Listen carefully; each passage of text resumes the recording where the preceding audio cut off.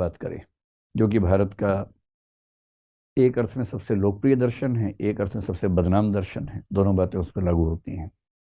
और वैसे भी जो बदनाम है ज़्यादा लोकप्रिय वही होती हैं, आपको पता ही है समाज में आमतौर पर ऐसा ही होता है।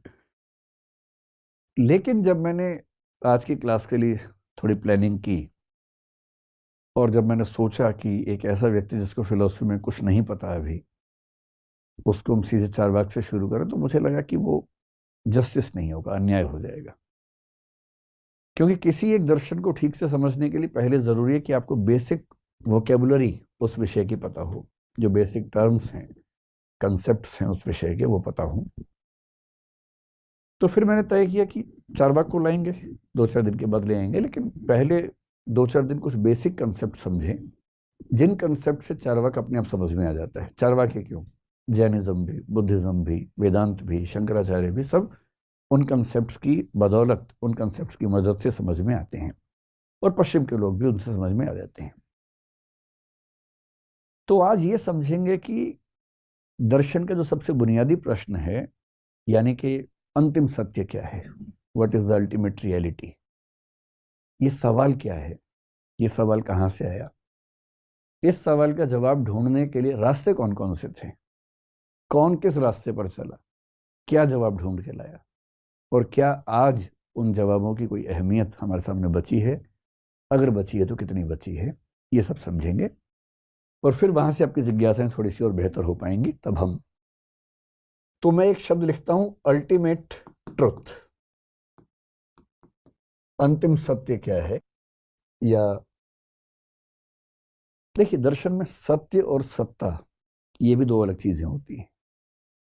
जब मैं कह रहा हूं कि ट्रुथ एक चीज है, तो ट्रुथ जरूरी नहीं है कि वही हो जिसको हम अल्टीमेट एग्जिस्टेंस कहें। और मैं आज जिस पर बात करना चाह रहा हूं वो अल्टीमेट एग्जिस्टेंस की बात है।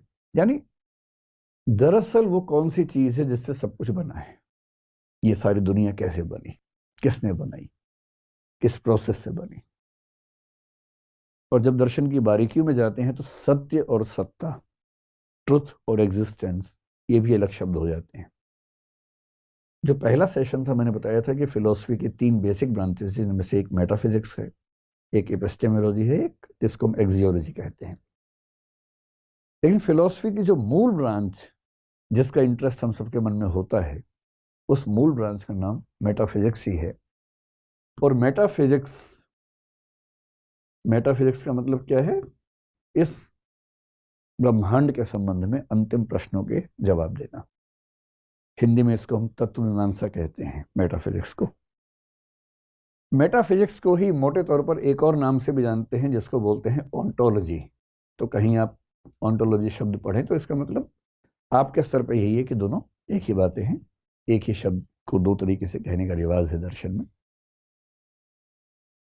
मेटाफिजिक्स के 3 मूल प्रश्न मैंने आपको बताए थे, जिनमें से एक प्रश्न है इस संसार के बारे में, इस कॉस्मोस के बारे में, ये ब्रह्मांड, ये जगत, ये संसार कैसे बना, किसने बनाया, क्यों बनाया, ये सारे सवाल। दूसरा सवाल जो आपको ज्यादा इंटरेस्ट क्रिएट करेगा वो है आत्मा के बारे में, सोल, कॉन्शियसनेस बेसिकली। और तीसरा सवाल है ईश्वर के बारे में, जिसको बोलते हैं गॉड। कॉस्मोस से जुड़े प्रश्नों को कॉस्मोलॉजी बोल देते हैं, सृष्टि मीमांसा।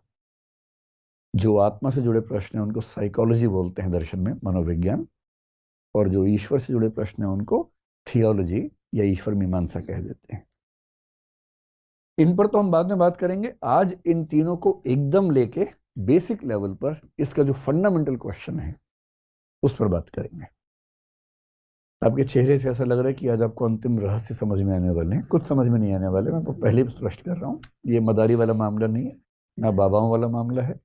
हम झूठ नहीं बोलेंगे, हम सिर्फ ये बताएंगे कि लोगों ने क्या क्या सोचा। और सच ये है कि अंतिम सत्य किसी को नहीं पता है, सबके अपने अपने रास्ते हैं, अफवाहें हैं, अपनी अपनी राय है, ओपिनियंस है। हमें तो बस ये पता होना चाहिए कि ओपिनियंस क्या क्या हैं। और हमें सब पता होगा तो कोई हमें गलत नहीं बता पाएगा, हम उससे सवाल पूछ पाएंगे। पढ़ाई का असली उद्देश्य पता है क्या, कि आप किसी से भी अच्छे सवाल पूछ पाते हैं। उसके बाद कोई आपको 4 बातें बताए तो आप 2 सवाल पूछ के पोल खोल सकते हैं। असली उद्देश्य ये भी तो है कि हमें कोई ऐसे थोड़ा ना बहका देगा, पता होना चाहिए। तो शुरुआत इस बात से कि अंतिम सत्य क्या है, अंतिम सत्ता क्या है। अब देखिए क्राइसिस क्या है। ये प्रश्न किसके मन में आया? आज की बात अगर मैं करूं तो आपने भूगोल स्कूल में पढ़ा होगा, ज्योग्राफी पढ़ी होगी, साइंस पढ़ी होगी। और जब कोई मुझसे कहता है ना कि मुझे बहुत कॉन्फिडेंस अपने ऊपर हो गया, जब कोई मुझे मिलता है बच्चा कि मैं ये कर दूंगा, मैं वो कर दूंगा, तो मैं उससे बोलता हूँ कि बेटा भूगोल का पहला अध्याय पढ़ लो एक बार, और ज्योग्राफी का चैप्टर 1 पढ़ने के बाद कॉन्फिडेंस कम हो जाता है। कम होना भी चाहिए, जरूरत से ज्यादा कॉन्फिडेंस ठीक भी तो नहीं है ना। और उस अध्याय को पढ़ के क्या पता लगता है? पता लगता है कि इस ब्रह्मांड में असंख्य आकाशगंगाएं हैं, गैलेक्सीज हैं। उन असंख्य गैलेक्सीज में से एक गैलेक्सी जिसका नाम मिल्की वे है, वो हमारी गैलेक्सी है। उस एक गैलेक्सी में असंख्य तारे हैं, स्टार्स हैं बहुत सारे। उन तारों में से एक छोटा तारा जिसका नाम सूर्य है, सन है, वो हमारा पड़ोसी है। पड़ोसी मतलब 15 करोड़ वर्ष, मतलब ये किलोमीटर की दूरी पर लगभग। उस सूर्य के साथ जो ज्ञात ग्रह हैं वो 9 के आसपास हैं, उस पर डिबेट चलती रहती है। उन 9 ग्रहों में से एक ग्रह पृथ्वी है। उस पृथ्वी पर 1 ट्रिलियन के आसपास स्पीशीज हैं, 1 लाख करोड़ स्पीशीज हैं। उन स्पीशीज में से एक स्पीशीज होमो सेपियंस सेपियंस है। इस दुनिया में आज के समय में 800 करोड़ होमो सेपियंस सेपियंस जिंदा हैं, उनमें से एक मैं हूं। ये मेरी औकात है। हम सबकी हैसियत दरअसल इतनी ही है। कई बार भाव आते हैं मन में कि अरे मैं हूं तो दुनिया चल रही है, मैं नहीं रहूंगा दुनिया कैसे चलेगी। ये भाव आता है मन में, इस उम्र में ज्यादा आता है आप लोगों की उम्र में। जब जब कॉन्फिडेंस ज्यादा होने लगे तो ये अध्याय पढ़ लीजिए भूगोल वाला। जब कम होने लगे तो मोटिवेशन की स्पीच सुन लीजिए कि तुम क्या नहीं कर सकते, तुम वो सब सुन लीजिए। उससे थोड़ा सा गुब्बारा फूल जाता है थोड़ी देर के लिए और अच्छी फीलिंग आती है। दोनों की अपनी वैल्यू है। कॉन्फिडेंस होना भी जरूरी है जीवन में, और एक सीमा से ज्यादा हवा में उड़ना ठीक नहीं है, ये भी उतना ही महत्वपूर्ण है। ये तो हम जानते हैं ना, उस समय के मनुष्य को नहीं पता था। जब फिलोसफी की शुरुआत हुई उसको नहीं पता था कि आकाशगंगा क्या होती है। उस बेचारे को क्या पता कि तारे कितने होते हैं। वो तो समझिए कि एक ऐसी दुनिया में किसी को जाके पटक दिया, जैसे आपने वो पीके फिल्म देखी होगी, शायद पीके नाम था ना उस फिल्म का। किसी और ग्रह से कोई व्यक्ति आके गिर गया बेचारा, और वो मीनिंग निकालने की कोशिश कर रहे कि ये क्या है, मैं कहाँ हूं। तो आज से 3 लाख साल पहले जब होमो सेपियंस सेपियंस बना, और आज से करीब 70-72 हजार साल पहले जब उसके अंदर सोचने की क्षमताएं विकसित हुई, जिसको कॉग्निटिव रिवॉल्यूशन कहते हैं। अब वो एक प्राणी, निहत्था सा प्राणी है इस संसार में। सोचने की क्षमता उसके पास है, लॉजिक है, रीजनिंग है उसके पास। और वो देख रहे कि सूर्य है, चंद्रमा है, पहाड़ हैं, नदियां हैं, बरसात आती है, पशु पक्षी हैं, कई पशु आते हैं, हमला करते हैं। धीरे धीरे बनता हुआ समाज है। धीरे धीरे भाषा बनाने के प्रयास चल रहे हैं। पहली बार राज्य बनाने का प्रयास चल रहा है जिसमें एक व्यक्ति शासन करेगा। इस पूरे स्ट्रक्चर को, इस पूरे संसार को समझने की कोशिश ये व्यक्ति कर रहा है। ये साइंटिस्ट नहीं है, क्योंकि साइंस का कंसेप्ट ही नहीं है। ये धार्मिक व्यक्ति भी नहीं, क्योंकि उस समय धर्म भी नहीं आया है। एक बेसिक बुनियादी दिमाग लेके समझना चाह रहा है इस रहस्य को कि मैं कहां पटक दिया गया हूं, मैं किस दुनिया में हूं, कैसे समझूं कि ये दुनिया क्या है, कैसे बनी, और मेरी इसमें क्या स्थिति है। मेरे आसपास जो लोग मर रहे हैं, क्या वो खत्म ही हो गए? हम आए कहां से थे, जाएंगे कहां, कुछ नहीं पता है। अब ऐसे में लोग क्या करेंगे? सोचेंगे, जिज्ञासा से भर जाते हैं। जिज्ञासा से भरे हुए इस व्यक्ति के पास इनपुट बहुत कम है। देखिए, एक वैज्ञानिक जब निष्कर्ष निकालता है, कैसे निकालता है? उसके पास लॉजिक है, रीजनिंग है, प्रोसेसिंग है, लेकिन इनपुट भी तो है बहुत सारा। रिसर्च करता है, एक्सपेरिमेंट्स करता है, उन एक्सपेरिमेंट्स के रिजल्ट्स के बेस पर उनकी प्रोसेसिंग करके सही फैसले निकालता है, सही निष्कर्ष निकालता है। इसलिए फिलोसफी में कहते हैं कि जो चिंतक है वो दो तरह का हो सकता है, या तो होगा मधुमक्खी जैसा या होगा मकड़ी जैसा। और ये मधुमक्खी और मकड़ी का जो मामला है, स्पाइडर जो है मकड़ी और मधुमक्खी को आप हनी भी अगर कहें, ये दो कंसेप्ट क्यों आते हैं फिलोसफी में या साइंस में भी आते हैं? एक अच्छा वैज्ञानिक होता है मधुमक्खी जैसा, इसलिए वैज्ञानिकों का आदर्श है मधुमक्खी होना, काटने के लिए नहीं, मतलब मधुमक्खी होने का दूसरा मतलब है यहां पर। मधुमक्खी कैसे काम करती है? वो इस फूल पे जाके, इस पे जाके, इस पे जाके, इन सब फूल पे जाके उन सबसे पराग के कण लेके आती है और फिर उन सब की प्रोसेसिंग खुद करती है, और प्रोसेसिंग करने के बाद क्या बना लेती है? हनी बना लेती है, शहद बना लेती है।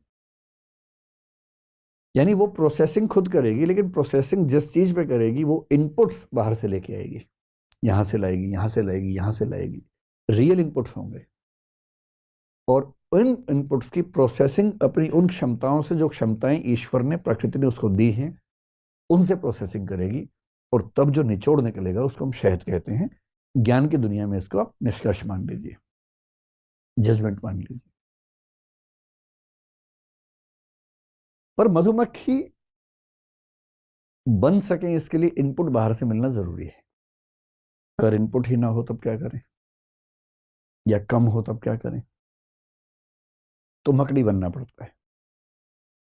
और मकड़ी की खास बात यह है कि मकड़ी जो जाला बनाती है, उस जाला बनाने में प्रोसेसिंग भी वो करती है, और उस जाला बनाने का जो कच्चा माल है वो भी अपने अंदर से ही निकालती है।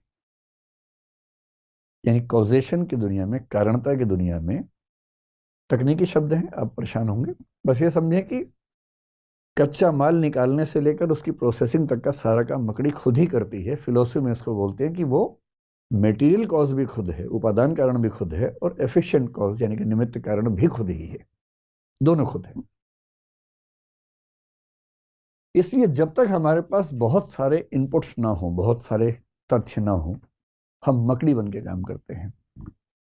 और अधिकांश दार्शनिक मकड़ी के रास्ते पर चलते हैं।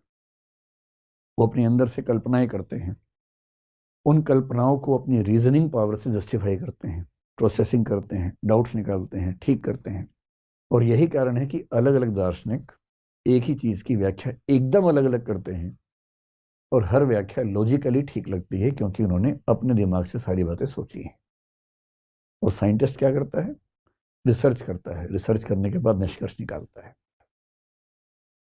विज्ञान का भी अंतिम प्रश्न है कि ब्रह्मांड कैसे बना।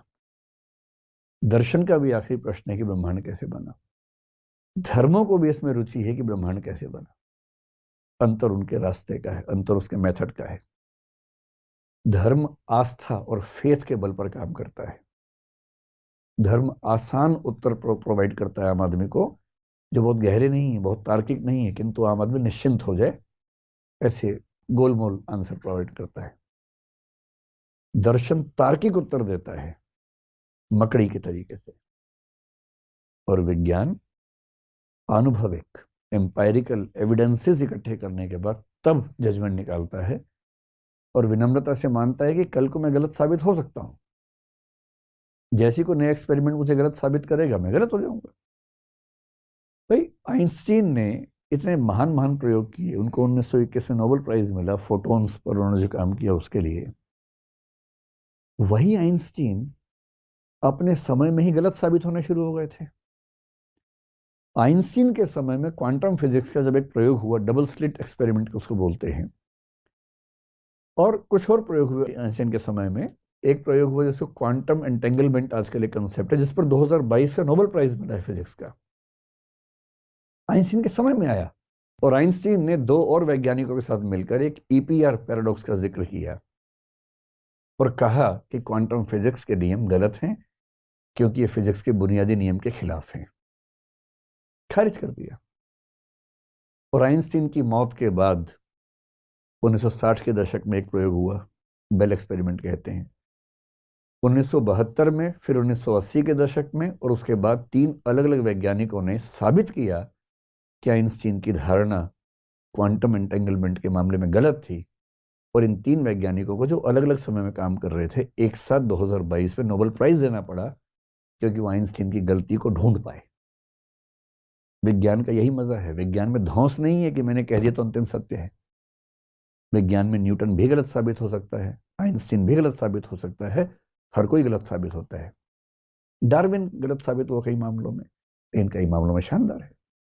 धर्म में इतनी आजादी नहीं होती है, दर्शन में होती है, विज्ञान में होती है।